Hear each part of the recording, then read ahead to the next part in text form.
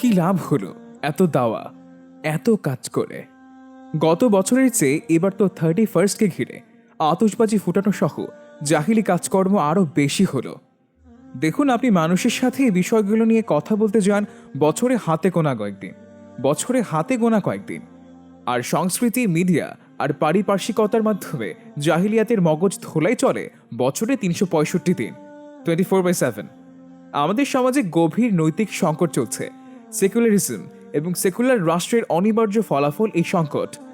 Secular কাঠামো সমাজকে ধরে রাখার নৈতিক কেন্দ্র ধরে রাখতে পারে না, বরং এ ব্যবস্থায় নৈতিকতা ক্ষয়ে যেতে থাকে ক্রমশ। দেখা দেয় ভাঙ্গন।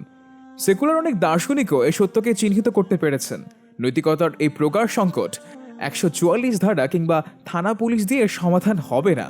সমাধান আসতে হবে ঈমান, আকীদা এবং দ্বীনের জায়গা থেকে। মানুষের নৈতিকতার কেন্দ্র মেরামত না করলে জোর করে সমাধান করা যাবে না। কাজে কি লাভ হবে কাজ করে, এ চিন্তা ছুঁড়ে ফেলুন।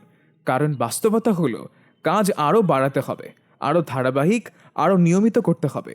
এটা 100 মিটার স্প্রিন্ট না, এটা ম্যারাথন রেস। বছরের সর্বসাকুল্যে 7 বা 10 দিন গণমানুষের কাছে গেলে হবে না। তাদের কাছে দাওয়া নিয়ে যেতে হবে পুরো বছর জুড়ে। আর এই দাওয়ার কেন্দ্রে থাকতে হবে ইসলাম আর সেকুলারিজমের সংঘাত, শরিয়া আর সেকুলার রাষ্ট্রের সংঘাত, আল্লাহর আইন আর গাইডুল্লাহর আইনের দ্বন্দ্বের প্রশ্ন। মানুষকে চোখে আঙ্গুল দিয়ে দেখিয়ে দিতে হবে সমাজে যা হচ্ছে তা ভুল, তা জাহিলিয়াত। আর সমাধান হলো পরিপূর্ণভাবে ইসলামকে গ্রহণ করা।